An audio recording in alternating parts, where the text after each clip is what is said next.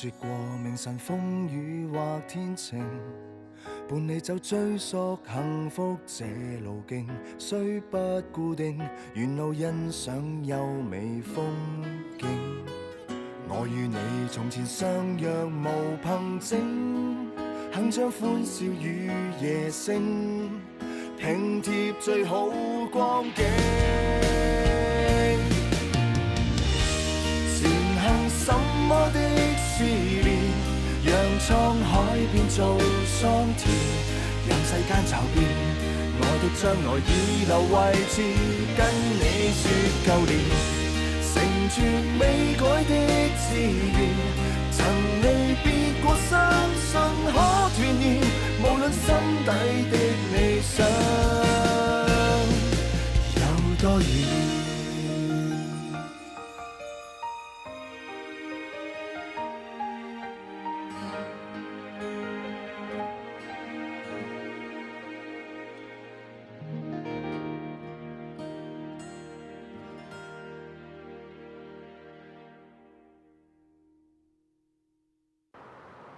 舅父，你猜咗好耐啦，不如我出去攞張凳俾你坐下。唔使，我而家啱啱興趣到啊！由得老豆啦，我寧願見到佢攰啊，好過見到佢冇晒心機嘛，老豆啊！你又咩一樣？細個啱啱曉行啊，就叫師傅啊抱上台踩面啊！一話唔俾佢踩，唉慘啦，喊到收唔到聲啊！我哋冇晒佢符啊！哦，原來你細個係大喊包嚟嘅，等我翻屋企話俾表嫂知。你估你又好叻咩？啊，成日追玩麵粉，玩到自己咧白賴晒。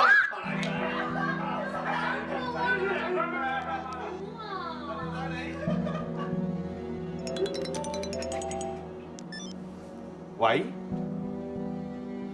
哦，邊個打嚟㗎？我冇打錯啫。啊，我要去洗手間啊！你哋繼續猜。打錯去洗手間，咁都有嘅。今晚冇人翻夜，我冇諗過你會翻嚟，所以你就叫啲外人翻嚟動用公司嘅資源。嗰個係我老豆，佢亦都係萬昌城嘅股東，佢點算外人呢？個個都學你咁樣冇規冇矩，間廠房會變成點？其實啲麵咧可以喺屋企做，但我老豆咧好想萬昌城呢一度整最好食嘅麵，仲有佢想幫一個臨死嘅街坊完成嘅心願。Sorry 啊，萬家豐，今次道理真係唔喺你嗰邊啊！做大事就要公私分明，唔理係邊個，佢要求過分要你失敗嘅，你都要拒絕。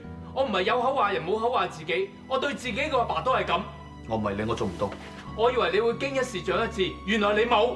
你成日要我俾信心你，但係你又唔俾翻啲信心我。就算我俾晒成間萬昌城去打你，你只會令佢變成一間萬記。你真係做唔到大事。啊！如果做大事做到好似你咁啊，我情願我個仔啊一世打份牛工啊！老豆，唉，我乜嘢聽到晒啊！雖然我哋冇人咁多錢啊，但係我哋有情有義啊嘛！呢挺咁涼薄嘅人，你同我講親情，嘥口水啦！我由細到大冇阿爸阿媽，係舅父親手養大我㗎，係佢教識我咩親情。你有錢，但係你身在福中不知福，你咁唔孝順，你小心俾雷劈啊！我唔係要知道你哋嘅家事，我私事亦都唔使你哋理。我淨係想同你講一樣嘢，咩叫公私分明？就算我係 CEO 都唔例外。我希望你哋明白。我唔明，我亦都唔想明。今日係我自把自為帶舅父入嚟嘅，唔關大豐收事。如果你要炒，你炒我。唔關大滿貫事，我身為經理，如果要負責，我負責，你炒我。唉，唔關佢兩個事啊，係我逼佢帶我哋嚟嘅，而佢要拉我啦，拉我啊！老豆，拉！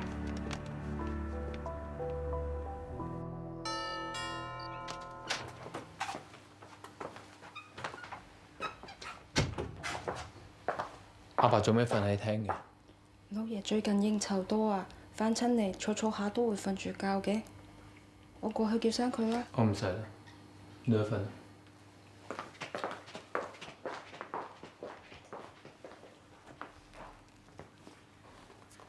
雖然我哋冇人咁多錢啊，但係我哋有情有義啊嘛！呢挺咁涼薄嘅人，你同我講親情，嘥口水啦！你有錢，但係你身在福中不知福，你咁唔孝順，你小心俾雷劈啊！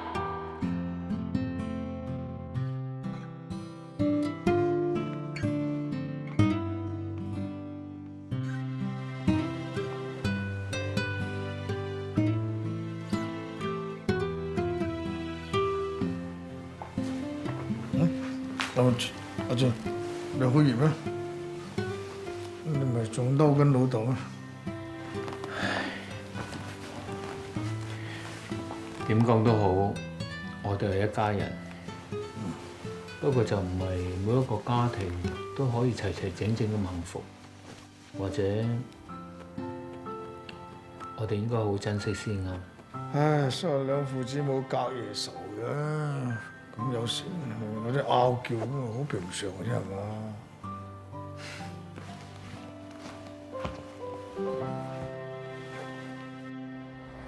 就嚟收工，我哋第一站咧就應該去 Happy Hour，然之後食飯再去睇戲啦。啊！如果你平時做嘢都 plan 得咁好嘅話咧，就抵賺啦。乜唔係抵食？唔阻你哋啊嘛，唔阻。揾我有事。唔係揾你，揾佢。揾我我有啲嘢想揾你傾，你收工得唔得閒？收工。啊，收工佢得閒。幾點喺邊度等？一陣間 call 你。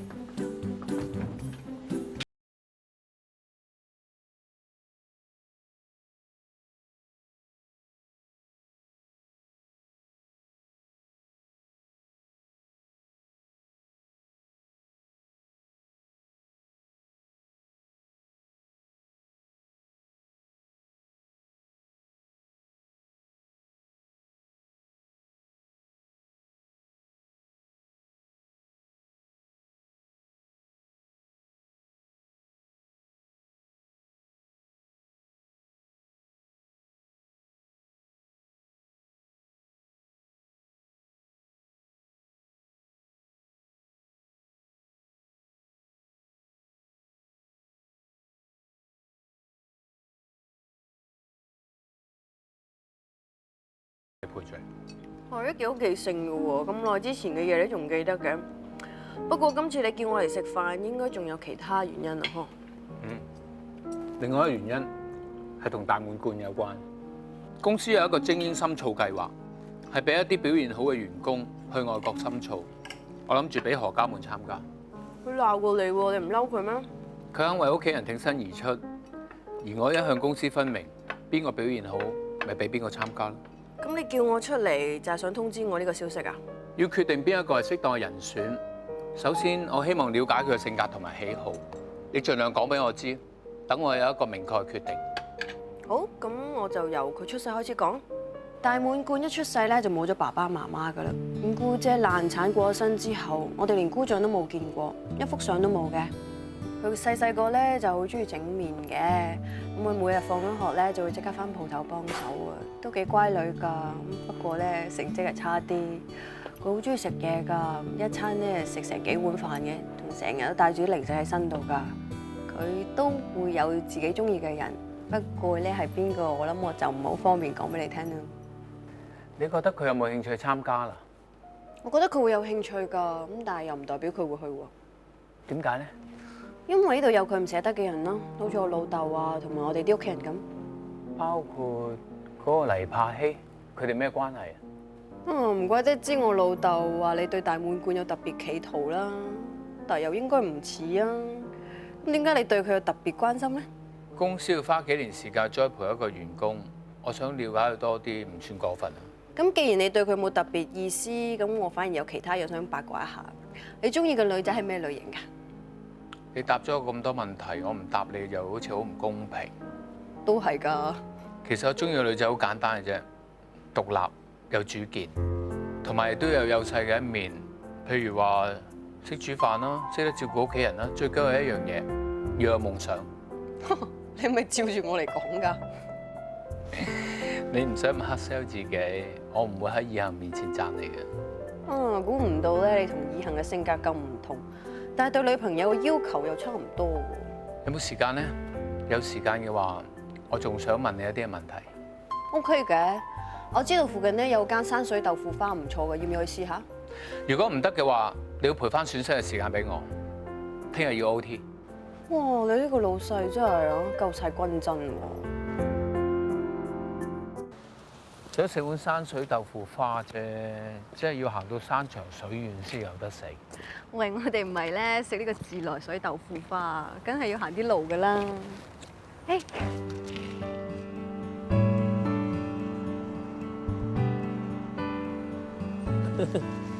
誒，食完山水豆腐花有得食，依家又有得玩啊！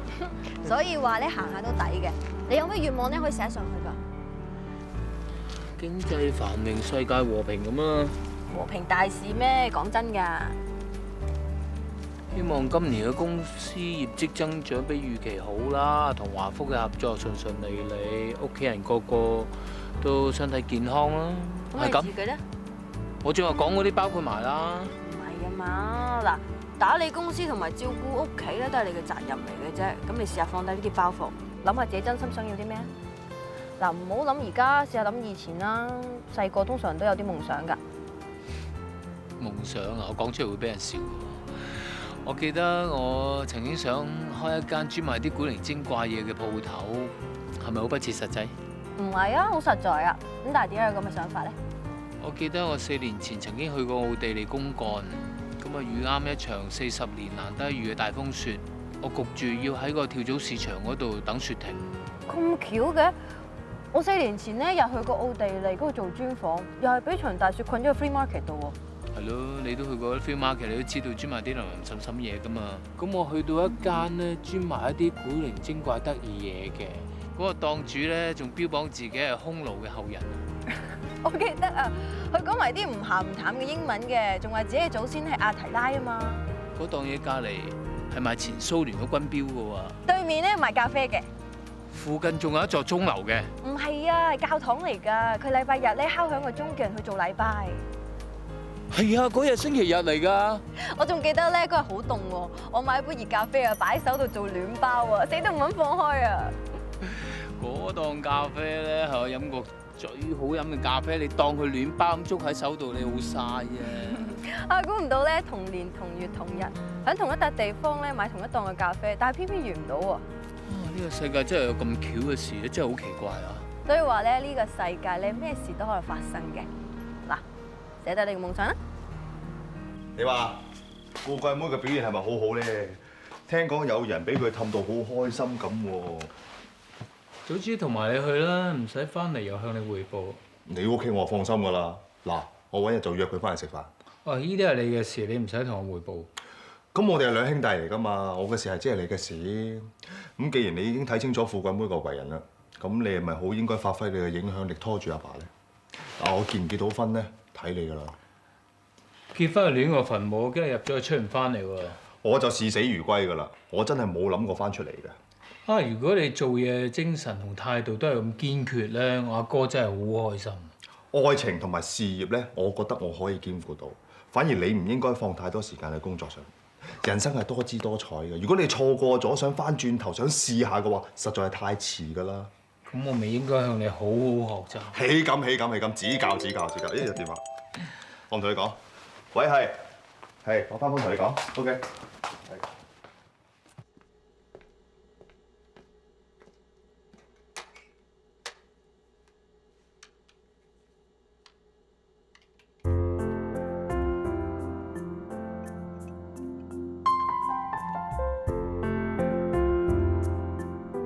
啊，估唔到咧，同年同月同日，喺同一笪地方咧買同一檔嘅咖啡，但係偏偏遇唔到喎。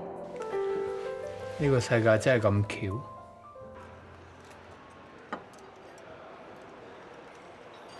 午餐，我肚有啲唔舒服，你慢慢睇下。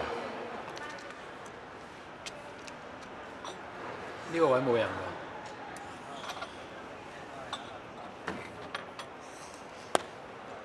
係咪又想炒我啊？出封信俾我咪得咯，唔好日日搞到我心驚膽跳，嚇走晒我啲同事。嗰晚嘅事我當失憶㗎啦，而且老細關心員工好正常啫，唔使下起晒槓咁嘅。如果我係起槓咧，我就唔會喺度同你講嘢，走咗啦。食厭咗萬昌盛嘅麵，轉口味啊，好唔好食啊？普普通通啦，我都係試下啫。招精文話呢隻麵一推出嘅時候咧，不知幾好賣。我哋啱啱咧仲睇佢宣傳片，哇！全部電腦化、機器化，我自己都想見識下。其實呢啲科技好早已經有㗎啦，只不過而家包裝得越嚟越好睇嘅。但係點講咧，都唔夠舅父做嘅麵好味。最衰啊，我一個人得一對手，做麵咧肯定冇機器咁快。但係如果我可以做好多個機械人出嚟咧，打麵有我咁勁，嚇！舅父啲麵咧就好快咁發揚光大。二啦，我安排你外國表演，到時候你同啲外國人交流心得，你表白手打麵就唔會冇人識啦。係喎，咁你易過整機械人好多。咁你講英文得唔得？唔識唔緊要，到時候你一邊表演一邊進修啊。進修？我冇諗過喎。咁你係時候要諗下啦，最驚你唔想。想，我梗係想啦。最衰我細個時候讀書唔係好叻咯。你做咩對我咁好啊？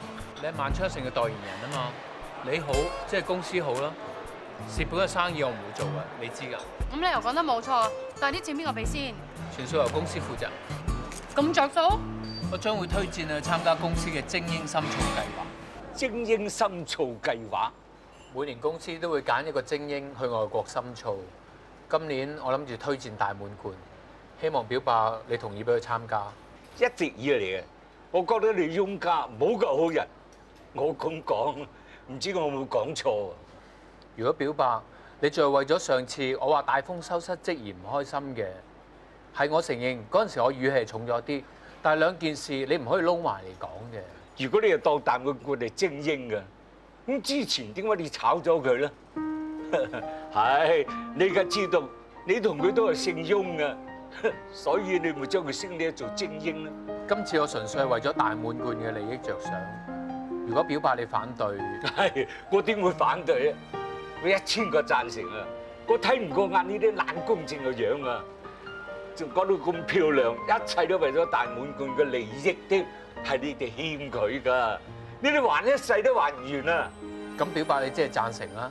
係啊，大滿貫喺佢心目中啊，佢係真正嘅精英嚟嘅，佢得到呢個機會係實至名歸嘅，我唔會多謝你㗎。係我多謝你就真。有糧出有書讀咁梗係好啦，但你一個女仔走到去咁遠，有咩事好慘㗎？阿嫂啊，大滿貫大個女㗎啦，佢識得自己照顧自己㗎嗬。我唔識㗎，不如咁啊，表嫂你陪我去啊。傻豬。不如咁啦，同老豆去啦，多個人多個照應。都好喎。好你個頭啊！咁大個人仲要人湊，你學下獨立㗎啦。大豐收啊，講得啱啊！雖然啊，我哋係好唔捨得你，但係而家有人俾錢供你讀書喎，你咪借呢個機會鍛鍊下自己照顧自己咯。我真係唔明，究竟萬昌盛評核精英嘅標準係啲乜啊？點解會揀你㗎？你係唔明定話唔抵得啊？我樣樣多過大滿貫嘅，冇理由揀佢唔揀我㗎。老公啊，連你都唔理我啊，唔好啊！講笑咋，係有機會啊，都俾大滿貫啦。如果我哋揀你啊，我第一個舉腳贊成啦。要我孤零零飛咗去第二度喎，冇得見你哋好慘㗎。唔使驚，咁第時咧，我送本 notebook 俾你，咁你可以日日上網用 webcam 見到我哋咯，嗬。係啊。有得見，但係冇得攬啊。你打佢啊，仲係成個 BB 女咁嘅。唉，當年啊，我成日叫阿女啊教你做功課，目的咧就想你讀多啲書，你點辛苦都好啦，一定要將呢個學業完成先好翻嚟啊！1、2年啫，我驚你開心得滯，唔捨得翻嚟添。我有話唔去咩？我係話我會好掛住你哋，冇你份啊！喂，你肯去咪好咯？咁而家一天都光晒啦！近排嘅市道差咗，啲股民都保守咗好多啊！根據數據分析，依家都唔係一個上市嘅好時機，所以上市計劃暫時擱置。咁咪仲好咯，唔使我哋啲股份咧分薄晒啊嘛！喂，仲有啊，搞個咁嘅宣傳酒會，不如取消佢啦，同公司慳翻啲錢啊嘛！個酒會我想照常舉行，我嚟改播我哋公司2條廣告片嘅首播酒會，對於宣傳公司嘅產品都好有幫助。你決定咗照你做啦。哇！啊，仲有喎，呢一件事要盡快同媽咪講，因為女人通常去做個套新衫用多好多時間。得㗎啦，我會同你媽咪講㗎啦。你顧掂你自己先咧。我？到時你咪諗住一個人出現係嘛？揾到個 partner 陪你，你唔覺得自己孤獨㗎？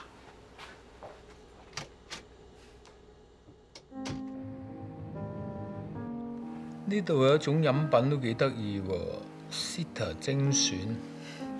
你嘅精選係咩啊？呢一個精選嘅特別之處咧，就係會根據客人嘅心情嚟調配嘅。所以如果你問我係啲咩嘅話，我都要 mix 出嚟先知㗎。咁得意，有機會真係要試試。梗係有機會啦，不過呢個時候我想俾啲你睇下。上次阿 Peace 咧喺呢間餐廳做嗰個專訪啊，俾啲意見啦。寫得唔錯喎，個題又起得好好。如果一季做一篇咁嘅專訪，你間餐廳嘅生意真係做唔完。後面呢，仲有一個外國做嘅緣分調查報告，都幾得意㗎。你睇下。根據統計，有5% 嘅情侶喺未拍拖之前，曾經喺同一時間同一地點相遇過，只不過當時唔識而擦身而過。呢啲咪叫做緣分早注定咯。咁即係話喺我哋身邊嘅陌生人裏邊，有5% 將來會成為我哋嘅情侶。我唔係好信喎。緣分嘅嘢本來就好虛㗎啦，可以話有，又可以話冇。你身邊有冇朋友試過咁嘅情況啊？唔係話俾我聽發生過喺你身上嘛？就算係，我相信我都係另外嗰95% 唔會成為情侶嗰種人咯。緣分嘅嘢咧，就唔係人可以控制嘅，你都係接受命運嘅安排啦。喺我未接受命運嘅安排之前，我想有個安排，唔知你肯唔肯接受咧？講嚟聽下。我公司有一個廣告片嘅首播酒會，我想邀請你做個 partner， 唔知你想唔想面呢？好啊。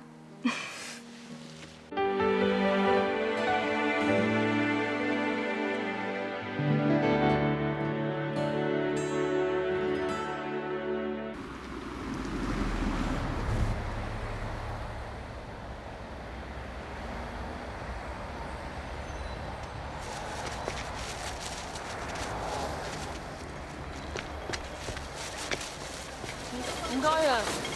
上車。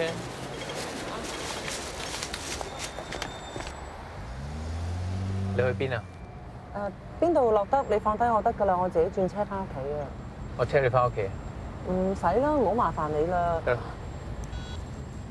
翁生，嗰一 Ken 啊，3點鐘嗰個會同我褪遲半個鐘啦。係嘅，翁生。唔好意思啊，阻住你開會，其實我自己翻屋企得㗎啦。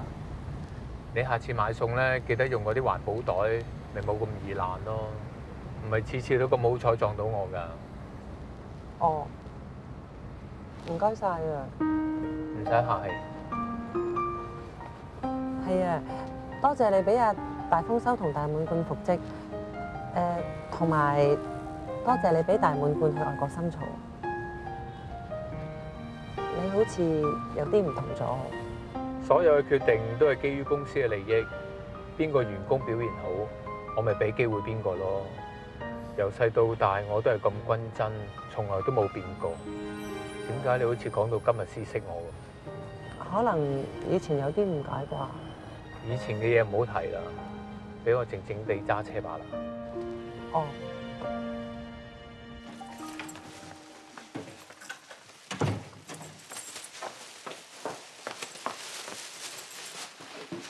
老婆，你翻嚟啦？老公。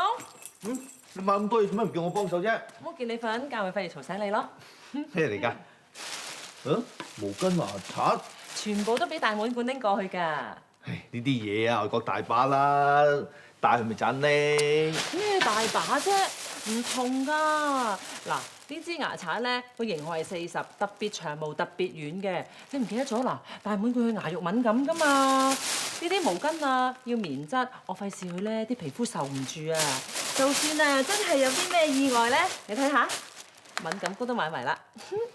你應該寫張清單俾佢自己買，佢係時候咧學獨立㗎啦。過到去慢慢先學啦。咁而家一個人去到咁遠，我梗要幫佢執齊晒啲嘢㗎啦，唔係過到嗰邊揦手唔成勢。咁搞法咧，你應該跟埋佢過去做下四。得你估我唔想啊？我啊嗰陣一嫁入嚟呢頭家，佢就一個細蚊女，我睇住佢大，當咗佢半個女㗎啦嘛。我哋個個睇住佢大㗎啦，你嘅心情好明白。你咩明啫？你成日去咗返工，你唔喺度嗰陣時，邊個陪我傾偈啊？我唔開心嗰陣時，邊個氹返我啊？而家我一個人走到咁遠，我只係想為佢做返啲嘢啫嘛。你喺度咦我？老婆啊！我執返啲嘢入去啊！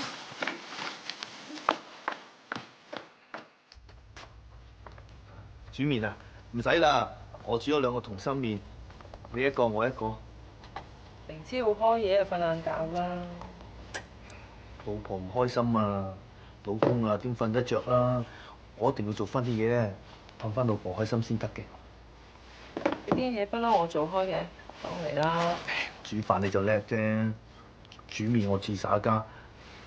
而且你為咗呢個家生活咗咁多年，我煮個麵啊，慰勞下你都好應該啊。你都知我辛苦嘅咩？我以為你由朝到黑淨係掛住做麵咋。對唔住啊，老婆，咁多年嚟我真係掛住做麵，要你一個人做晒屋企嘅嘢，仲要出鋪頭度幫手，我仲唔識關心你，要你嘅心放咁多嘢都唔知道。嫁得俾你，我就預咗做煮飯婆，做得開心咪得咯。不過有陣時我囉囉嗦嗦，我驚你嫌煩啊。我點會嫌煩啊？你又有咩唔開心嘅話俾我知啊！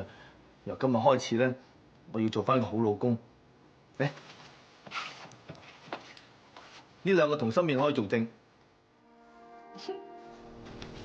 表嫂，辛苦你啊，幫我買咁多嘢。辛咩苦啫？小事嚟啫嘛。嗱，我而家咧織緊條頸巾俾你啊！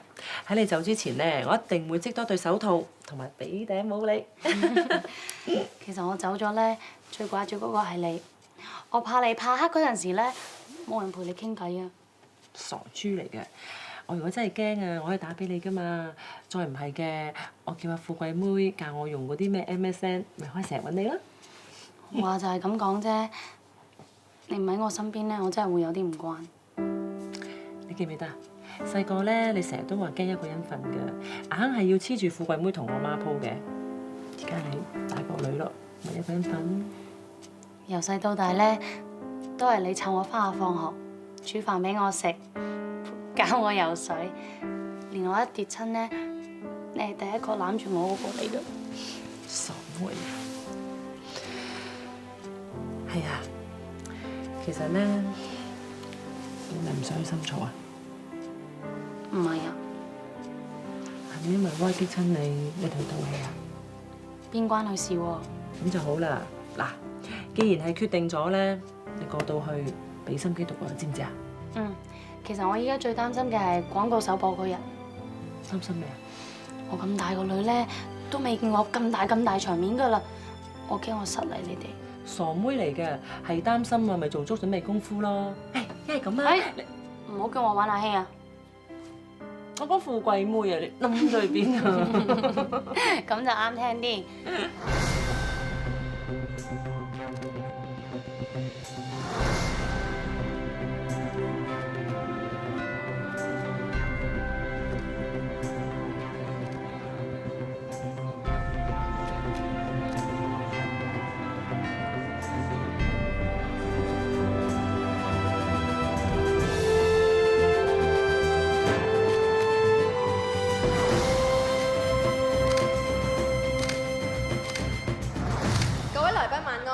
歡迎各位嚟到我哋萬昌城集團嘅廣告首播酒會。首先，我希望大家用熱烈嘅掌聲歡迎我哋嘅行政總裁翁義俊先生上台為我哋講幾句説話，有請。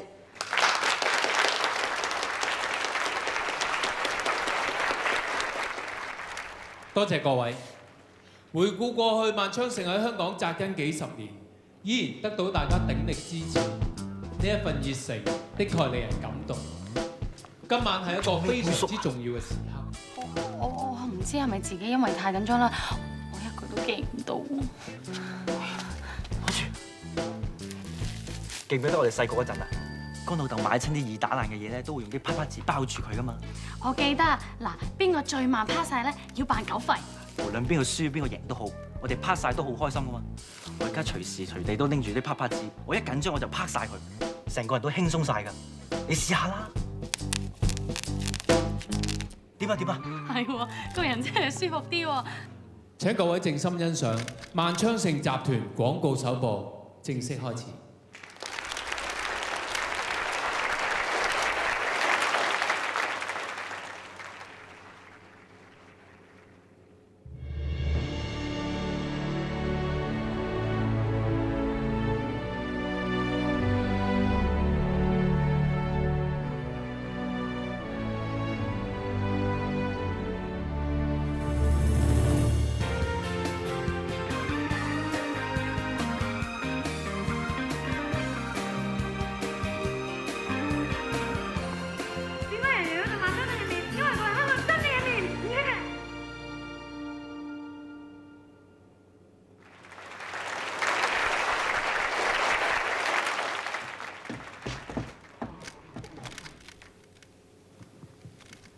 大家好，歡迎大家嚟臨萬昌盛廣告首播會。我係裏邊嘅大食妹何嘉滿。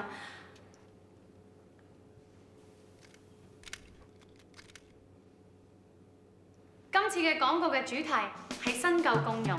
雖然萬昌盛以前咪幾國家睇睇下佢就好似與時並進，創出新嘅口味俾大家。多謝大家多多支持。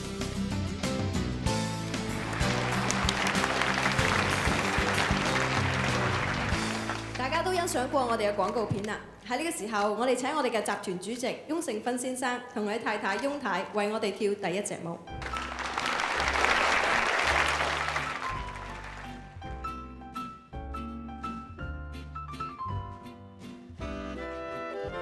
未啊？跳舞啦！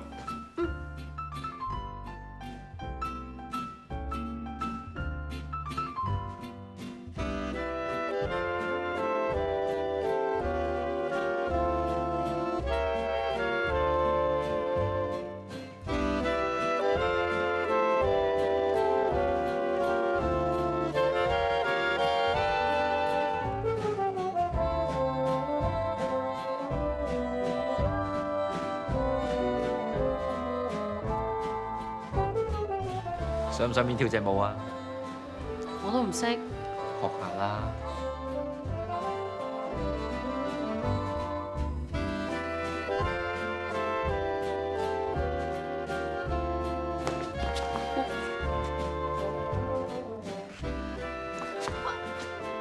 放鬆啲。你等一陣，依家應該好啲㗎。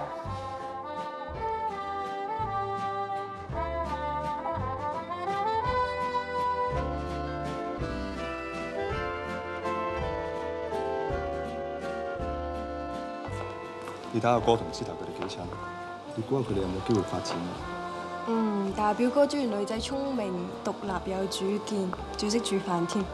師頭有齊晒咁多條件，好有機會發展。你又會咁了解佢？係你唔嘗試了解佢啫。記唔記得今日咩日子啊？星期日咯。我夠知道係星期日啦，我係想問你係一個咩特別日子啊？我哋公司嘅廣告首播酒會夠晒特別。你真係唔記得？又唔係你同我生日，又唔係初一15啊！唔記得就算啦。我記得係我哋結唔成婚紀念日啊嘛。你終於都記得啦。結唔成婚有咩值得紀念啫？我成日認為結婚係兩個人嘅事，或者歸簽個名就可以做到夫妻。點知原來要過5關斬6將，辛苦過玩鐵人賽。所以結唔成婚咧，都有值得紀念嘅價值。結唔成婚都咁咯，如果結得成婚，你有咩計劃啊？我 plan 好晒㗎啦，好似 honeymoon 咁啦，就去雙根嗰度探嗰對公公婆婆，多謝佢哋撮合我哋兩個，然後就環遊世界1週，跟住我哋就生翻個龍鳳胎啦，湊下佢啊！等陣啊！咁你既然可以 plan 到咁樣，咁你有冇諗過點樣達成我哋心願啊？都冇問題啫。嗱，我哋可以喺當地開翻間旅館，再揾翻當地人去打理間鋪頭，跟住我哋就可以他條舒舒服服做乜都得。跟住咧？跟住咪開旅館咯，仲有啲咩？唔好玩啦，快啲講啦！咁我哋兩個喺雙根嗰度，你都好中意間旅館，我又好中意，咁有咩問題？你真係唔記得。今晚好開心啊！自從開咗餐廳之後，晚晚都做到大樣。好彩你今晚同我出嚟輕鬆下啫。其實你咁好條件啊，應該抽啲時間拍拖。就係因為睇好條件，所以嚇走晒啲男人咯。我真係要介紹個男仔俾你識，不過成事之後你要請我飲茶嘅喎。好啊，一言為定。富貴妹，唔好意思，失陪一陣。我都諗住飲啲嘢，等陣見啦。發生咩事？冇事，個酒會差唔多完啦，我準備一下。富貴妹，喂，你哋兩個冇嘢啊嘛？冇嘢啊，頭先仲好地地嘅。我一問到佢有咩心願，咁我咪話開間溫泉旅館咯。咁佢又話唔係，點會唔係先得㗎？講乜嘢啊？我唔明喎。我同富貴妹喺雙根一間溫泉旅館度遇翻，當時我哋玩得好開心，到而家我哋都係提緊呢笪地方。咁點解冇理由唔係開間溫泉旅館先得㗎？我睇佢個樣，你就真係估錯咗啦！你不如諗下喺呢個溫泉旅館附近有啲咩地方佢特別中意㗎？啊！我醒起啦，嗰度附近咧有一間賣啲奇怪得意嘢嘅鋪頭㗎。咁巧嘅？我4年前咧又去過奧地利嗰度做專訪，又係俾場大雪困咗喺 free market 度喎。呢一啲得意嘢係女仔都中意㗎啦。開溫泉旅館真係未辛苦過咩？而且都唔似佢性格。咁佢話中意睇住嗰對公公婆婆咁恩愛啊嘛，點會唔係？唔通富貴妹想開間鋪頭仔賣嘢？好多人都可以得罪，女人真係唔得罪得嘅。識做嘅話，快啲氹翻佢啦。識做。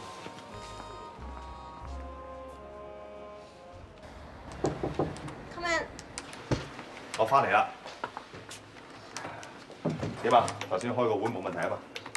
個會原本咧就應該係離開嘅，咁你無端端唔見咗人，咁我幫你開咗咯。咁我臨時有事我都冇辦法㗎。咁你話晒呢個經理嚟㗎嘛，幫我開一個普通嘅例會都好應該啫。應該。咁我份 menu 搞掂好，咪擺你台面咯。我都唔急嘅，食咗嘢先。我買咗你最中意食嘅燒牛肉三文治。我要咗先食晏啊！三文治留翻俾你，唔該晒。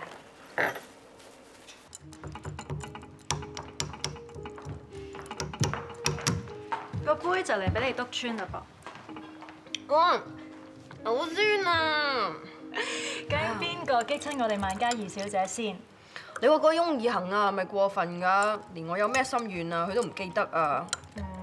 你會唔會要求高咗啲啊？我哋識咗咁耐，我都講唔出你有咩心願啦。我有同佢講過㗎，係佢自己冇心裝載咋。今次我唔會咁容易原諒佢㗎。一講曹操，曹操就到啦，唔阻你啦。富貴妹，你跟落嚟啊！我同你去一笪地方。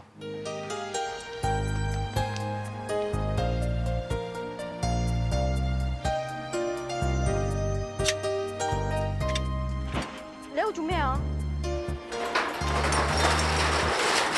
喂，你做乜嘢？喂，走啦！而家走仲嚟得切啊！嚟啊！係啊，走啦！而家走仲嚟得切㗎。走去邊啊？我呢度已經俾咗1年租㗎啦。你隨時開鋪就可以做事頭婆，隨時開鋪你就可以完成到你嘅心願。嗱，我諗住呢度咧就會擺一啲餐具同埋廚具啦，其實咧，我啲貨已經訂咗㗎啦，不過遲啲會運到。不過最重要咧，就係我哋去旅行嗰陣時咧，就買啲小擺設翻嚟咧，就喺度賣。嗱，呢條咧就係呢間鋪頭嘅鎖匙。你今日遲翻就係嚟呢度準備俾驚喜我。咁梗係你個心願就緊要過開會㗎啦。嗱，你諗住點樣裝修？嗱，我就諗過啦，呢度咧就諗住擺啲小擺設啊、小玩具啊。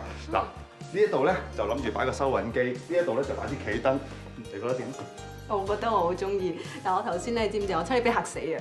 咁就咁俾條鎖匙你實唔會收㗎，所以我連埋呢個驚喜一齊送俾你。但係成年租喎，你同我都要翻公司啦，咁邊度睇鋪啊？咁冇人講過話日日要開鋪㗎。嗱，好似雙根嗰啲公公婆婆咁啊，中意開鋪先開鋪，想去旅行嘅即刻閂埋道門，飛去旅行，無拘無束，你又幾開心？你個人就係咁咯，成日都坐唔定咯。咁所以我咪要娶你做老婆，綁住我咯，你話好唔好？嗱，我完成咗你嘅心願咧，就等於過咗一關㗎啦。你嫁俾我啦，嗯？嗱，你笑啊，你笑即係應承我㗎啦，好唔好？好。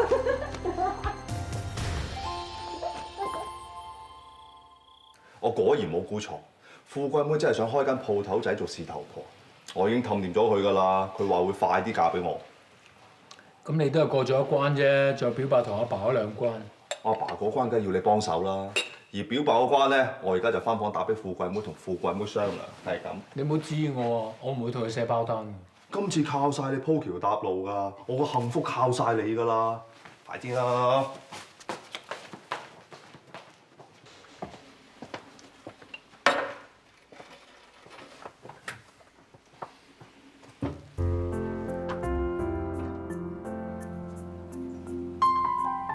你有咩願望咧可以寫上去㗎？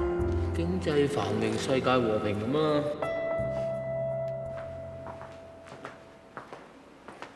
翁生， Yes sir。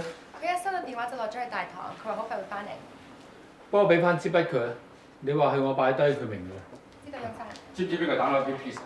咁緊張，開個會揼低晒你出去。你想知啊，咪落 lobby。啊，翁生。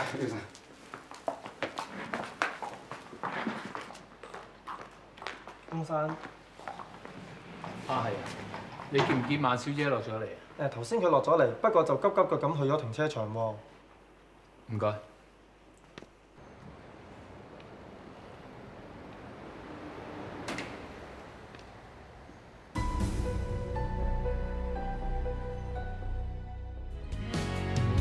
我聽說難求一切是公平，伴你就追溯幸福要來成，不信命，仍是真心等你給反應。